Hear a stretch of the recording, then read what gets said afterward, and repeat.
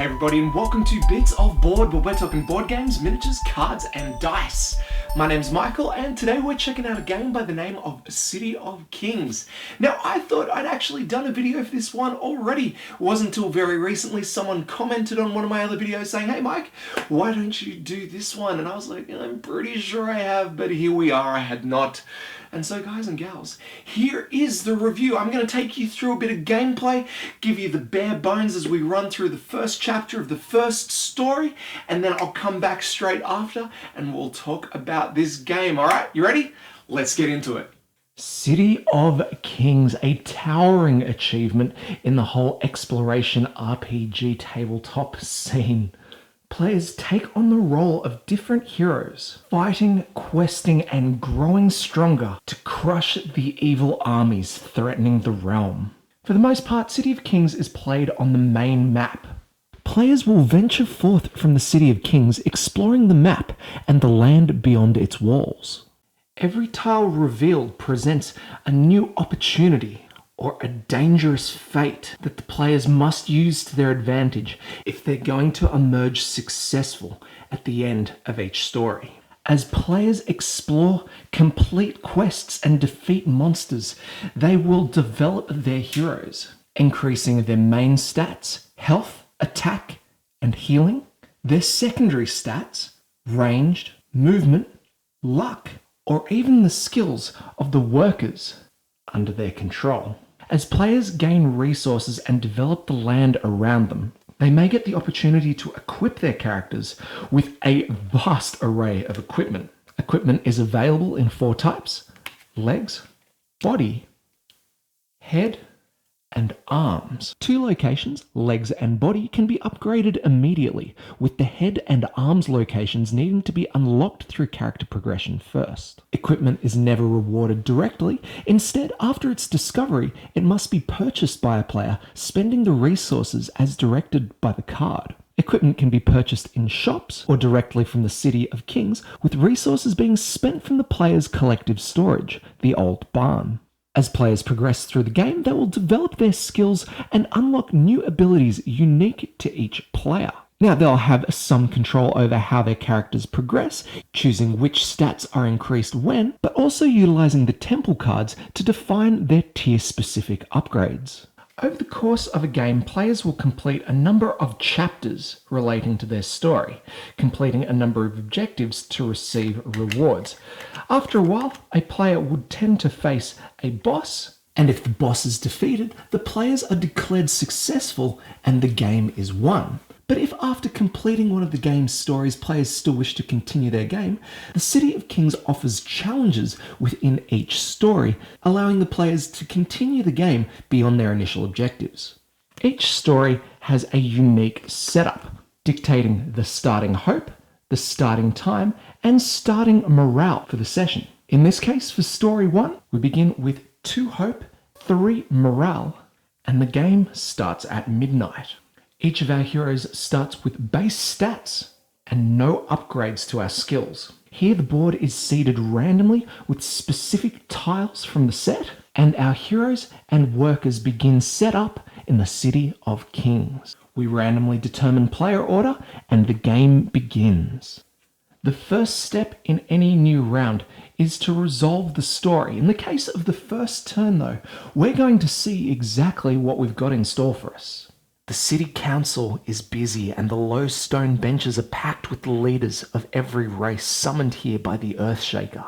They look uncomfortable in this vast, perfectly circular stone hall. None has set foot in here before, and there is something too precise, too symmetrical about the geometry that defies mortal eyes. But this place was not built by mortal hands, nor does it house normal beings.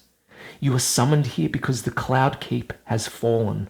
A force of trolls on flying monsters has ousted the winged Vaterans. All throughout the land, orcs, trolls, and worse have appeared from their dark corners. Calamus the First has opened the gates of the closed city to the leaders of the free races, and scouts have been sent out. We begin at Oak Wood, where someone reported seeing the nearest enemy encampment. Our objective here is to travel to Oak Wood. Next time we resolve the story and one of our heroes is present on the tile, we're able to claim the rewards here. 2 new equipment cards added to the trade district. Next, we adjust the time of day, moving the arrow 1 point around the track. After we move it, we resolve any matching effects present on the map. In this case, we would resolve any frost. Next turn, we would resolve any fire. And then a later turn, we would resolve any poison present on the map. But right now, as you can see, it's early days and we have no tokens present on the map. We move into the players' turns. To determine start player order, players each draw a skill token from the hard skill tokens bag. And whoever draws the skill with the lowest number begins as starting player. Calamus Earthshaker, we start with you. On their turn, a player may utilize any of their action markers to take any actions available on their tracker here. The player begins with 4, but can unlock a 5th once they unlock their second worker. Actions are fairly straightforward. We can move, moving our standee orthogonally 1 point per point of movement that they have. Here, Calamus wants to make his way over to the oak wood tile. This way we'll be able to complete our objective and move to the next phase of the story. So let's move Calamus across to the right. We'll move him over to this unexplored piece of terrain. Now, as there are some limitations in how we move, we are going to want to explore this tile as soon as possible. So let's go ahead and take Calamus's second action and explore right now. To complete this action, we simply flip the tile. And depending on the kind of tile, we may need to resolve additional actions. In this case, we've revealed the Granite Halls, a resource tile. Nothing special happens here on reveal, but it is good to know we have a resource so close to the City of Kings. With no more vacant movement options available, we should have a look at what else we can do. Currently, there are no enemies to attack, nor any need to heal, nor are there any reasons to spend our special or interact actions. Instead, let's begin utilizing our worker to gather some of the precious resources we'll need to upgrade our characters. Here, we're going to move, and then we're going to work. The movement part of the action works the same as it does for the character. We can move our worker 1 point for every point of movement that our worker has, in this case 1. And next we're going to gather at the Granite Halls. We roll 1 gathering dice for every point of gathering our workers have, and then gain resources for every gather symbol rolled. In this case, we gain 2 stone resources. We take the stone from the supply and place it into the vacant storage of the related worker. Workers can hold up to 6 points of resources in any combination, and will do so until they're dropped off back at the City of Kings. But that will be it for Calamus Earthshaker, as we've used all 4 of his actions. We move into Thralla Hillfeet's activation, and we're going to begin in a similar way, starting with a movement action and then moving into an explore. Because it's very important to get a lay of the land early, we are going to move to the north and explore the tile there. Here, we've revealed Alston's Way, a quest location card. This means we get to add our very first quest to the quest hub. We'll draw a quest card from the deck and place it into the hub. And now the revealed quest is available for completion to all player characters in the game. Let's take a look at this one. Brace the walls. The enemy has attacked the northern wall. We need good, strong timber from the ironwood trees. Find them and bring them back here as quick as you can. Quests often contain a number of ways to complete them. Here we have option A and option B. Option A will involve us taking 5 lumber from the map to the City of Kings, and our reward will be 1 point of experience for all players and also 1 equipment card added to the trade district, making it available for purchase. Option 2 is a little trickier. Take 9 lumber from the map to the City of Kings and will be rewarded with 2 XP and 2 equipment cards. Now, we don't have to make a decision just yet on which way we want to go, but we should try and find a location where we can gather wood so we can complete this quest. And Oakwood over here, that is a prime location. We've got to get there as quick as we can. Thrali still has 2 actions left. Again, we have no need to attack or heal, nor any reason to spend our special action. But we could interact now that we're standing on a quest location. We'll take our activation card, cover it up, and we'll interact with Olstan's Way. In doing this, we add another quest card to the quest hub. This one here, Repair the Roofs. The Vaterans keep landing on the roofs, and their sharp claws are tearing them apart. We need to gather supplies and make repairs before any more damage is done. It's another gathering quest. To complete it, using option A, we'll need to take 5 lumber and 2 stone to the City of Kings. For this, we'll gain 2 XP and 1 fish token. Option B, on the other hand, is to take 2 lumber and 5 stone to the City of Kings, being rewarded 2 XP and 1 equipment card. Which way do we want to go? Fish or equipment? Ooh. Look, now that we know we have a stone gathering location and the lumber gathering location off in the distance, I think the best option for us will be option B, 2 lumber and 5 stone. Let's see how we go. We're definitely going to need that stone, so let's move our worker number 1 over to the granite halls. And that there is our first round. It's been fairly tame so far. We've done a little bit of exploration, but what more could we have done? Let's continue. We begin the round by checking the chapter card. Do we have a character at Oakwood? No, we do not, so the game continues. We progress our time tracker, and we're now in the late morning. We would resolve any fire tokens on the map, and then we're back in to Calamis's activation. We begin by taking back all of our spent actions from the previous round, and then we go again. It's going to be a similar activation for us, I believe. We'll begin by moving, and then exploring. Calamis moves, and then we explore. And here we have our first creature location, the Cripplewood Canyons. And not only is this a creature location, but it is also a location that can be scavenged for random goods. We might see that in action shortly, but it works similarly to the gathering locations. I'll show you a little later. For the moment though, we should be worried about the creature that's about to appear. The creature system is probably my favourite thing about the City of Kings. Each game you play, you'll have a number of creature stat bars based on the player count of the game being played. Every time you're told to reveal a creature, you reveal the top stat bar, and your new enemy begins to take shape. We take a creature template and a war banner, placing the banner on the map tile just received. Here we can see we have an enemy to contend with. But that's not it for the generation of our new enemy. And to find out more, we'll take a look at his stat bar. Here we can see that our newly spawned Hand of Vesh has only 3 hit points. We take a hit point tracker and place it on the 3 so we can keep track of this over the course of its life. Next, we have a stat randomizer, and I'll skip that just for the moment, just so I can explain some of the more stats that these guys have. The first one visible here is its ability to heal. Every time this creature activates, it's going to heal 1 point of damage up to its max health.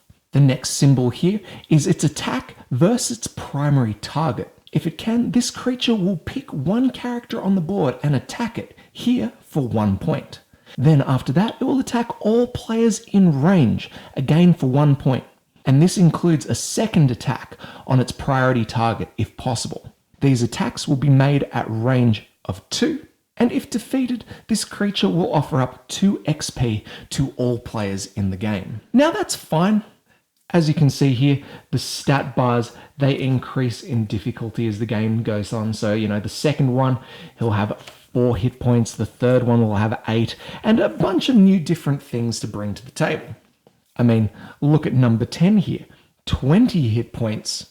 This guy's even got damage reflection and armor. That is crazy. And that's number 10 of 30. This game can get pretty rough. But the good news is you don't have to deal with the difficult monsters until you've at least come across some of the weaker ones. So with 3 health, a bit of healing, some attack at range, this guy's not too bad, but there's still something missing here, and that is its randomized creature ability. Here, For our first monster, we are instructed to draw one random ability from the abilities bag here. We'll give it a bit of a shake and draw out a token. Here we have the movement token. Now there are a good 50 tokens in each bag here. So I mean, this creature having a movement is just as random as the creature having a curse, a frostbolt ability, or even have hounds hunting with it. We'll see more of these come out and we'll get to see the movement action in play very shortly, but for the moment, we are done with setup. The player who spawned the creature takes ownership of its dashboard and will activate it before they activate their character every round. For the moment though, the Hand of Vesh here does nothing. Back to Calamus's activation, and guys and gals, now we have a reason to attack. And I'm thinking we're going to need to attack not once, but twice. We take a look at our character's primary attack value, in this case 1, and we deal that damage to the creature once for each attack. So after both of Calamus's attacks, the Hand of Vesh here now only has 1 hit point left. Calamus's activation is now over. We move over to Thalia. We recover all of our spent actions and we go again. Now, unfortunately for us, we are not going to be close enough to our new enemy to do some attacking. So I'm thinking we need to get a move on so that we can be of some help if we can. We'll begin by moving and then we will explore the lands to our east. Thalia moves and we explore, revealing the very peaceful Moon Lake, which is a gathering location should we need any fish. Currently though, that's as far as we can travel with no more opportunity to move. So instead we are going to work with our worker twice to see if we can gather some of the rocks we're going to need for our newly obtained quests. We roll our gathering dice. We've rolled the attention symbol. This symbol does not reward any resources, and instead we place an attention token on the gathering location. And if ever we have to place a 4th attention token, we remove all such tokens and spawn a monster instead. This represents our enemy's growing awareness of our shenanigans in the lands surrounding the City of Kings. That's okay though, we still have one more gathering roll left for us, and it's a doozy, gaining 3 stone in the process. All right. The round is over and we move to the next. Again, have any of our characters reached the Oakwood? No, they have not. We move the time track into midday, and here we would resolve any poison effects present on the map. None there, so we move straight into Calamus's activation. But before he gets a chance to spend his actions, the Hand of Vesh activates. First things first, in this case, the Hand of Vesh is going to heal. In this case, our enemy has a heal value of 1, so it gains 1 HP. And next up, it's going to perform a basic attack. To complete this action, we first need to identify the priority target of the creature. Firstly, we check any heroes in range. Remembering the Hand of Vesh here has 2 points of range. This means it can see and reach 2 points in a straight line in any direction. This includes the space that he's on. So right now, the Vesh have Calamus in range. To the north, there is no one, and to the west, there is nothing but a city. And even if there was a character in the city, it cannot penetrate its walls. You'll note that Thalia is diagonally adjacent to the Vesh, but attacks here are only in range if they are orthogonally adjacent, and that is adjacent against any of the edges of the tiles. With Calamus as the only creature in range, he becomes the priority target, suffering 1 damage in the attack. Next, the creature unleashes a second attack, this time against any creatures in range, no matter if they're the target priority or not. This means 1 more point of damage for Calamus. Finally, after all the attacks are completed, we have to check for any special abilities the creature might have. And in this case, he has the move ability. We can see that this is a special action because of the star that it has in the corner. And for details of the effects of the ability, we check the City of Kings quick reference guide. Here players will have access to a description of all of the game's intricacies. It's definitely a worthwhile read. Here we have our move ability, and it says that we need to draw a movement card so we can determine where our creature is going. Movement cards are very simple to read. We'll flip over, aligning the card so it matches our map. If possible, our creature is going to move firstly 2 spaces down and 2 spaces to the left. But seeing as the creature is on the lowest border of the map, it cannot complete the movement, so we check again. Option number 2 is for us to have our creature move up 2 spaces to the north and then 2 spaces to the west. And this it can do. 1, 2, 3, 4. Now with the creature's special actions completed, we move into the character's activation. Calamus, let's do it. We take back all of his actions and we go again. Unfortunately, our enemy is now out of reach for any attacks, so I think we should just get back into the swing of things, moving towards Oak Wood. We'll move, boom, boom, but I don't think we're going to explore. Instead, let's have our worker work. We roll the dice, gaining 1 additional stone resource. Let's work again. 1 more, and you know what? Let's have our worker head home so we can cash them all in.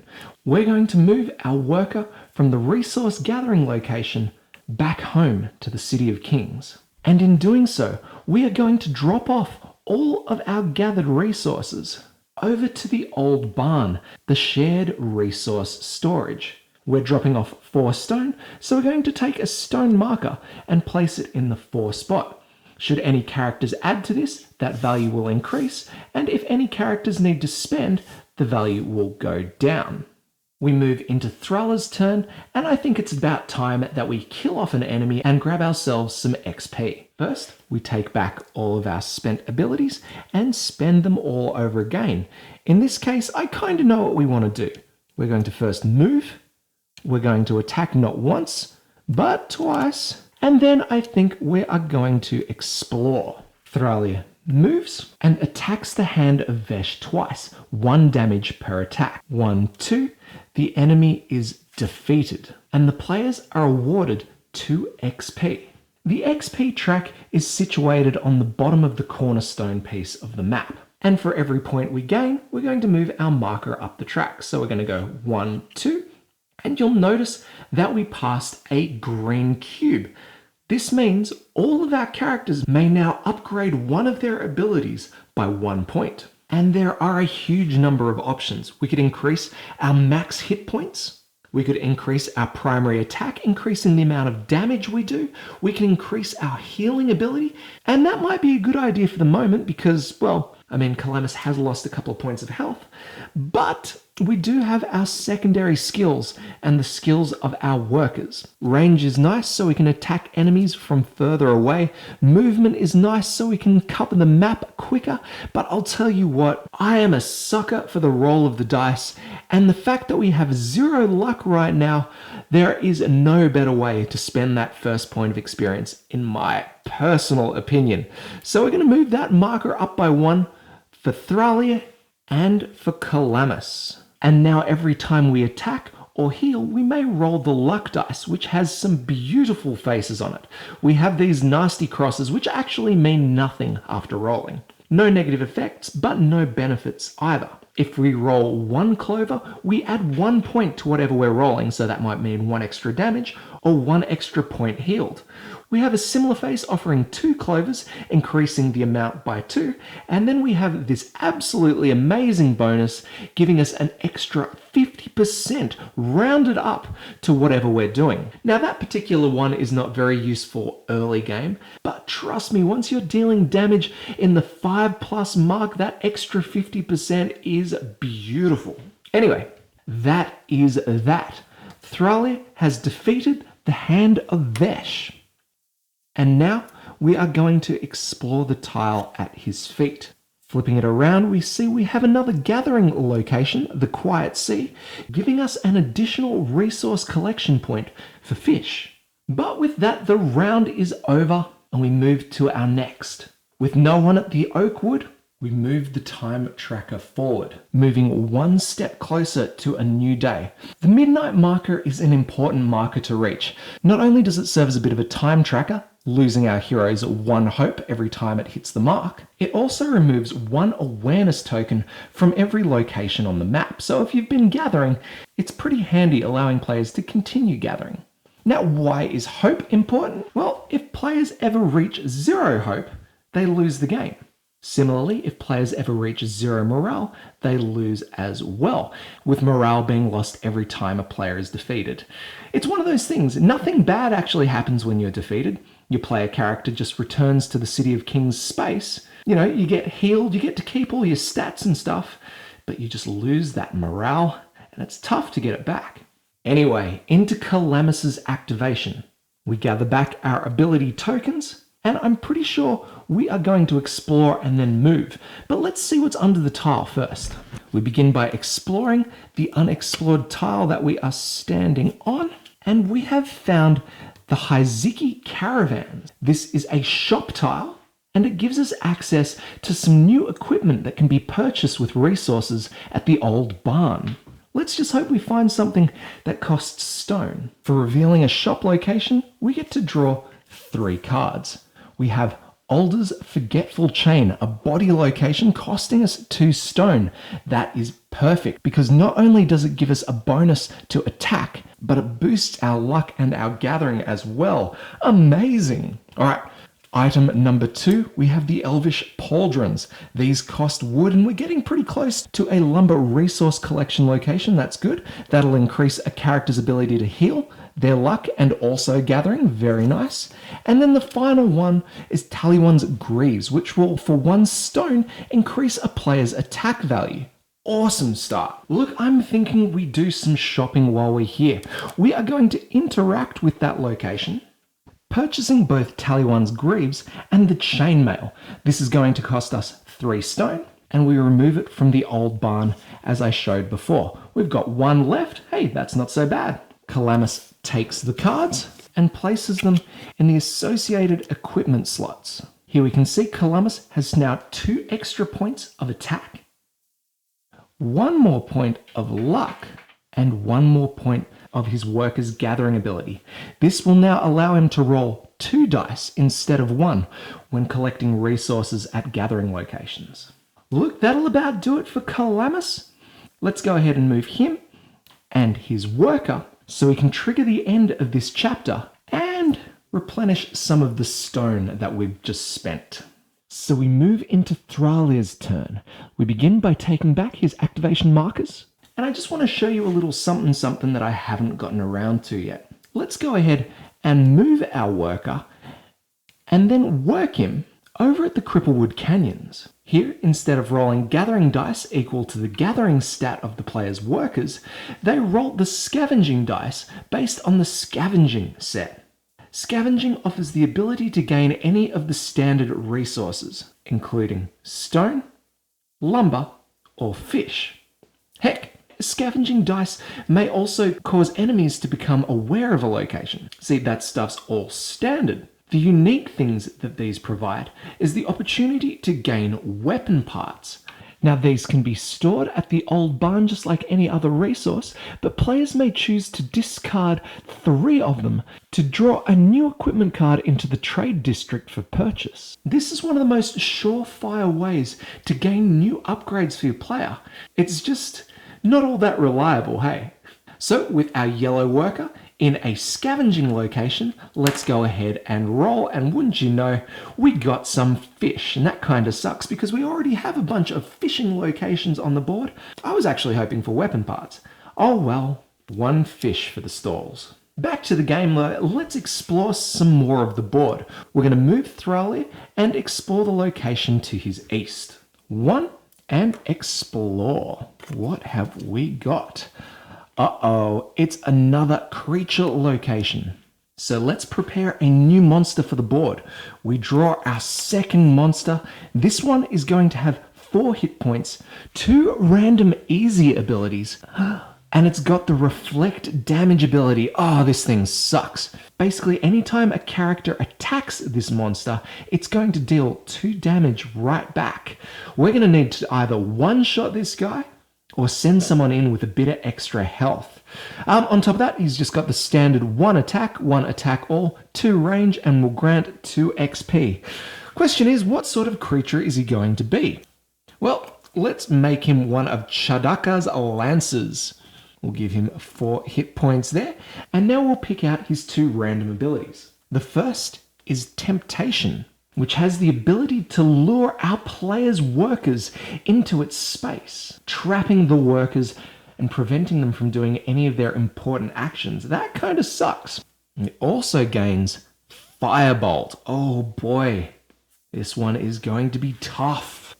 We put the creature marker in the location spawned, past the enemy dashboard over to the player who spawned it, and continue on. Unfortunately for us though, Thrali has no more actions it can take, and that means the end of the round. Into a new round, we begin by checking the story, and wouldn't you know it, we have at least 1 adventurer on the Oak Woods tile. That means, guys and gals, we have resolved the story, and as a reward, we gain 2 new equipment cards for the trade district. So now it's not just the elvish pauldrons.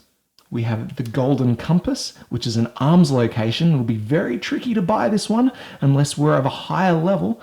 And then, the Elvish Hose, which is a legs upgrade which grants some extra healing ability. Pretty cool. But that's not all. With Chapter 1 complete, we move into Chapter 2, which provides all new story and all new objectives for our heroes to accomplish. At Oakwood, there is an eerie silence. In the ruins of a clearing, there lies a human scout in mottled grey, surrounded by the bodies of orcs and broken trees.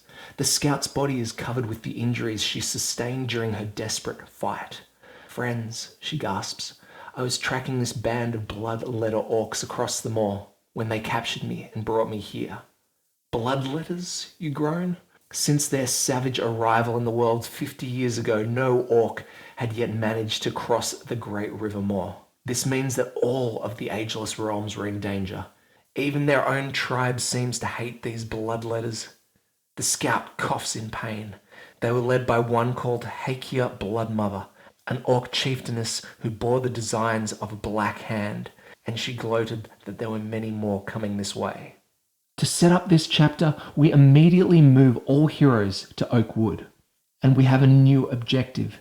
Discover 3 creature tiles, including those already revealed in the Ageless Realms, the green tiles, and defeat all visible creatures. We've already killed 1, we've revealed a 2nd, we just need to find a 3rd and kill it as well. If we can, we are going to gain 1 more hope, which will allow us to continue this adventure long into the future. Can we do it? I'll bet we can, but it's going to be tricky.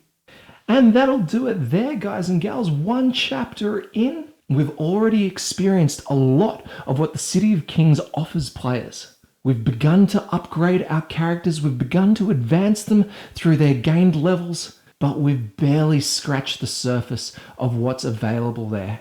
I mean, our guys are only at level 1. Had we crossed level 2 or even gotten up to level 3, we would have upgraded a new stat and begun developing the abilities of our characters. Abilities are a fantastic way to upgrade and allow players to kind of choose a path in how they develop. When players place upgrades, they must place them orthogonally adjacent to one of the previously placed discs. This includes the skills to the side.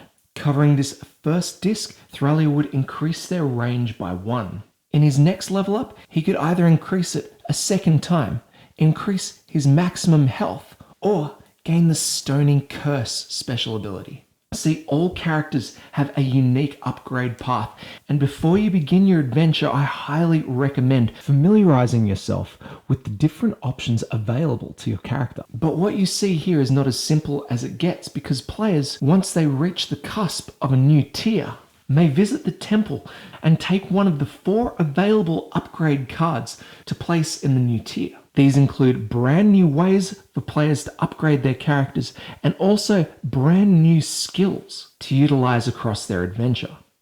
City of Kings is a pretty far out there design. It accomplishes so much under the guise of a board game. It's really quite a thing to play. It's certainly got a role-play video game kind of vibe as you move through. And a lot of the initial impressions that I saw when this game came out was that it closely resembled the games like Diablo, or even sort of mimicked World of Warcraft a little bit, in that it was a broad adventure. You develop your characters, you defeat monsters, so on and so forth. And that's kind of how I went into the game, thinking that this was just going to be a hack and slash action RPG. And guys and gals, I gotta tell you right now that that is not the kind of game the City of Kings is. This is so much more puzzly than I was led to believe when I first saw the game. And I gotta say, it's not a bad thing. This is one hell of a puzzle because it brings you into the world. I read just a couple of story elements in this playthrough here, and there is so much more that breathes life into this game. There is story behind the characters. There is story behind every mission you undertake in this game. It just draws you in. And I guess like that, this is an RPG style game. But as soon as your little character standees hit the table, there is a puzzle waiting to be unfurled. There is no time here to grind for gear. There is no time to just farm monsters. Every action that players make in this game must be somehow towards their end goal. And if it's not, you are probably not going to make that final encounter. So there is that slight element of urgency here, but I think that is a good thing. In the same way that Agricola, there is an urgency to feed your workers. It makes every action you make mean something, and it really makes you prioritize which actions you take and when. Here, it is a similar thing. It's not quite as brutal. Obviously, there is some freedom in how you go about achieving your goals, but you've always got to have that goal in mind, lest you be unprepared for the later encounters. First game I played, I wandered across the land looking for monsters to face, and before I knew it, those monsters were outclassing me in every way. I couldn't even make a dent in their armor, let alone kill someone. And it was in that moment that I realized I completely disregarded one of the most important elements of the game, and that is those freaking workers. Getting those guys out there, getting the resources that you need so that you can upgrade. The gear system at first feels like it's a little too much.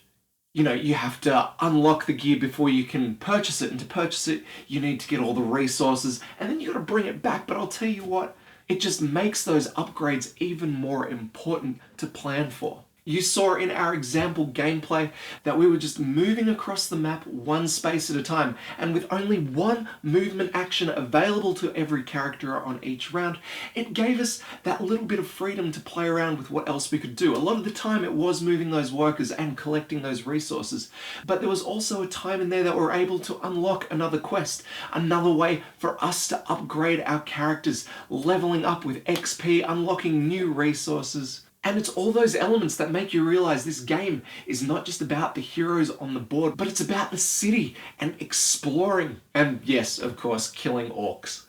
The creature system is by far the most revolutionary part of this game. I love how every enemy you face is randomized and they get progressively stronger. Initially, I thought I wouldn't be able to handle it, but as soon as I realized the tact behind this game, it was a great achievement for me watching my character grow and develop, get stronger, and overcome all of the hurdles that this game throws at you. Yes, it is a story game and I totally recommend playing it through, but after that, it is possible to get back in there and really get into those challenges. It's not something that I did on my first playthrough. I was mainly just getting through stories and stories, but those challenges are a lot of fun and completely worth your time. Now, there are expansions available for this game, which I was not able to pick up at the time of the Kickstarter, which I'm absolutely kicking myself for. New characters, expanded story, it's everything you want, plus miniatures, guys and gals. Now, of course, I love those standees. They're beautifully illustrated, just like everything else in this damn game. But if I could get those miniatures painted up and looking beautiful, they would be a welcome addition to this game. So I'm hoping there's another Kickstarter if I can pick them up at retail, but that's kind of where I'm at right now. Designer Frank West has really hit it out of the park with this one. It is by far one of the most unique games I have in my collection. I have not played anything like it before, and I doubt I will see anything like it in the future, because this one is really holding its own. Component quality is through the roof. I said the art is beautiful, and it's even got some pretty sweet storage in there for all the bits and pieces that you're going to need in the game. So there's no surprises here, guys and gals. I'm highly recommending this one if you're into the fantasy theme and don't mind a bit of like a story campaign thing. I will say though that the game takes a while to internalize. The gameplay rules, the base rules are easy. That's all fine. It's just all the nitty-gritty stuff. What happens when a certain tile comes up, and what all of those random creature abilities actually mean as far as gameplay. Yes, there is the quick reference guide, but that thing is the size of a rulebook, and for a while there's going to be nothing quick about it. You'll be flicking through looking for the exact thing you want. You'll read it, you'll understand, and that's fine. It's just, we're a bit spoiled in the game industry now. We've got games like Terraforming Mars that have cards that each do something completely unique, but every card says exactly in plain English how it is incorporated into the game. City of Kings isn't like that. It's a keyword, you look it up, you come back to the game, you play it as is, and eventually you do internalize it, or you at least have some familiarity with what's going on so you don't have to fully read the rule to get it into the game. So just be aware of that. That's my only nitty-gritty negative to bring to the review side of things. I've thoroughly enjoyed my time playing it, even if it does take up the whole goddamn table in a two-player game. Oh, that's probably the thing. I've mainly played this game solo. I think I've done maybe 1 or 2 multiplayer games, and I really didn't feel that having someone else make decisions, I don't think it added anything. Not because like I'm a hog when it comes to gameplay, it's because I wanted to work this puzzle out myself. Having someone else brainstorming with them was kind of useful, but at the end of the day, this game is a challenge to be faced either alone or with someone who enjoys puzzling it out as much as you do. That's probably enough from me here today, guys and gals. I hope you've enjoyed the video. Matt, I hope that was of some use to you. But yeah, guys and gals, that is about it. If you've enjoyed the video, make sure you like, comment, subscribe, do all the things that you guys can do to help this channel grow. But that's it, we are done. So as always, my name's Michael, this is Bits of Board. We'll catch you next time.